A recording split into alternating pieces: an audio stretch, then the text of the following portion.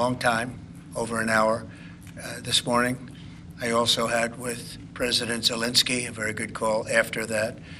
And I think we're on the way to getting peace. I think President Putin wants peace, and President Zelenskyy wants peace, and I want peace. I just want to see people stop getting killed. We're very far away from that particular war, but that's a vicious war. Probably 1.5 million soldiers killed in a short period of time. I've never seen anything. I have pictures that are, you wouldn't believe it. You wouldn't believe what you have to look at. Young, beautiful soldiers that are just being decimated. And it would be nice to end it immediately.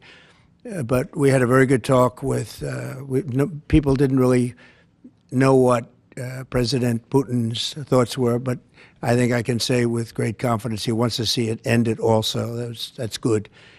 And we're going to work toward getting it ended, and as fast as possible. It's a horrible situation going over. It's flat land, and the bullet goes off, and the only thing it can hit is a body, a human body, a young human body.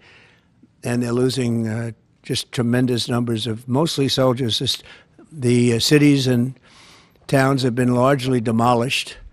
It's a shame what's happened to that country. It would have never happened if I were president. That I can tell you. Would have never happened. It's to look at that. And October 7th would have never happened either, by the way, the Middle East. But we'll get it. I think we'll get it. We'll get something done. We're going to be meeting.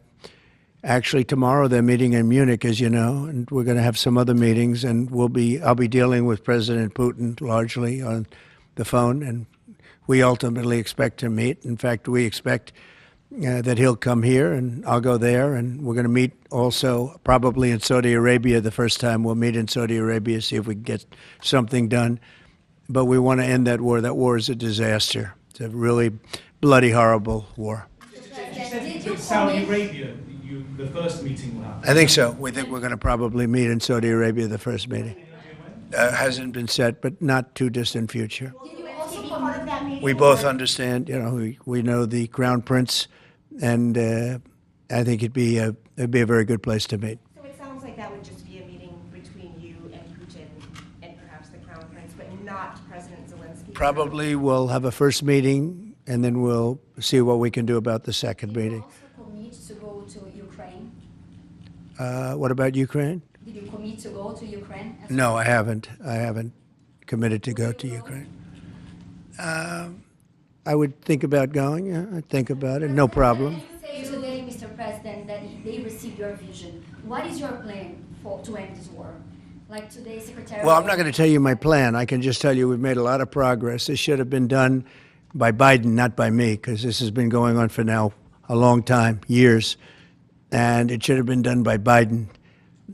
Just like the young gentleman that I brought home yesterday after 2 weeks. We worked on it for 2 weeks. He was a fine man, and he was in there for 3.5, almost 4 years, and they weren't able to do a thing, and I got him out.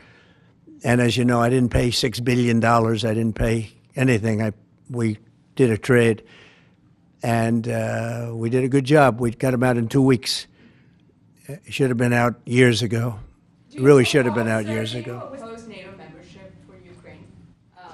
I don't think it's practical to have it, personally. I know that our new Secretary of Defense, who's excellent, Pete, made a statement today saying that he thinks it's unlikely or impractical. I think probably that's true. I think long before President Putin, they said there's no way they'd allow that. This has been going on for many, many years. They've been saying that for a long time, that Ukraine cannot go into NATO.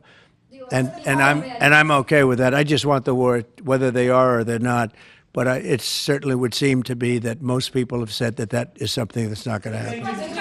Are you freezing out President Zelenskyy of this process a bit? Isn't there a danger of that? No, I don't think so, as long as he's there. But, at some point you're going to have elections, too. You're going to have an election. He says he wants security assurances, Mr. President. What does that look like?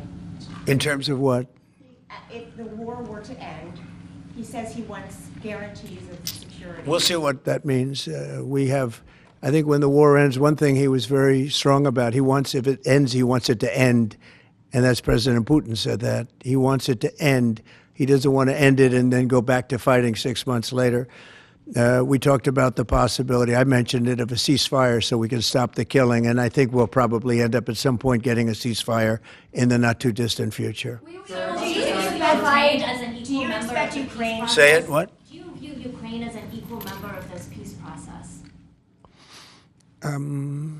It's an interesting question. I think they have to make peace. Their people are being killed, and I think they have to make peace.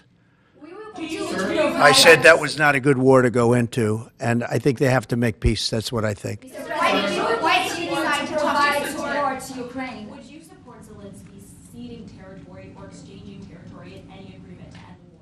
Well, he's going to have to do what he has to do, but, you know, his poll numbers aren't particularly great, to put it mildly. He's got a country where, you know, it's been savaged and attacked, and he's got an army that's been very, very brave, actually, despite the fact that, you know, we've given him, in my opinion, $350 billion. That's what the real number is. You don't hear that number.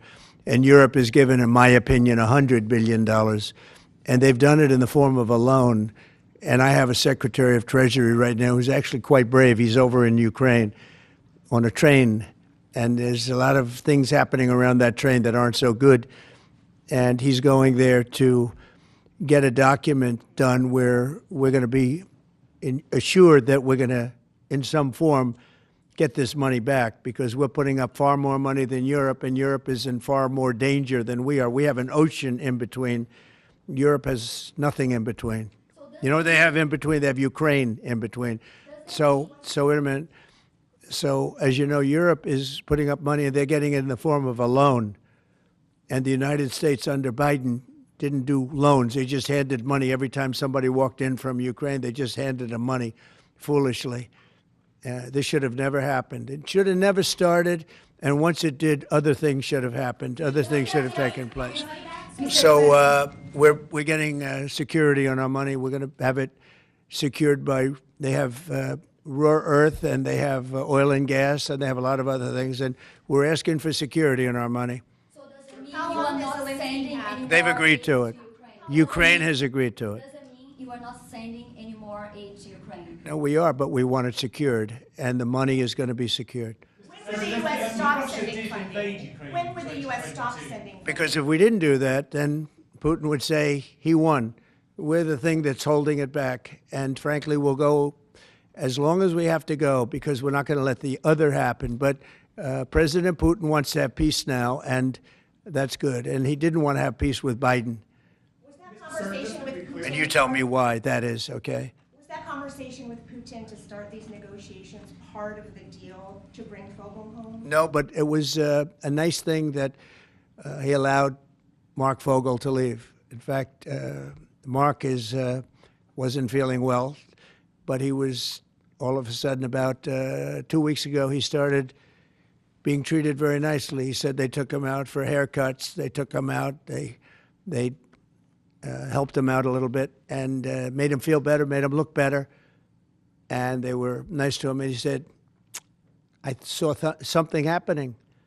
And it coincided with when I came into office. So that was nice. And he's a fine person. He was so happy to be out. He was there for 3.5 years plus, and he shouldn't have been there at all. They should have had him out much faster than that. Does it make you believe that Zelenskyy will agree Wait, go with ahead, that? please. Sorry, sir, just to be clear, do you see any future in which Ukraine returns to its pre-2014 borders? Well, I think Pete said today that that's unlikely, right? It certainly would seem to be unlikely. They took a lot of land, and they fought for that land, and they lost a lot of soldiers. But it would just seem to me, and I'm not making an opinion on it, but I've read a lot on it, and a lot of people think that that's unlikely. Some of it will come back. I think some of it will come back. Yeah, some of that land will come back. I'm back in Ukraine. Don't say that. I'm approving, but I do want security for our money. You know, Europe is getting security. You know that, right? They're giving their money in the form of a loan. Nobody knows that. And why are we at $350 billion, and Europe, which doesn't separate with an ocean like we do, we have a little thing called an ocean in between. Why is it that Europe is paying 200 billion less than us to help Ukraine. Very similar size. If you add up all the European countries, it's a little bit smaller than the U.S. in terms of the economy. Why is it that they're not paying the kind of numbers that they should be paying? And then on top of it, and I've been saying this to Biden, I told Biden, I said, you ought to be asking for either a loan or some kind of a security, like their oil and gas or something for the money, because you're putting up much more money than Europe, and you have no security. Europe's putting up a much smaller amount, and it's in the form of a loan, because we have people that were incompetent in the last administration, grossly incompetent, and we're changing it. But we change it, and all we do is we get hit by lawsuits from the radical left all the time.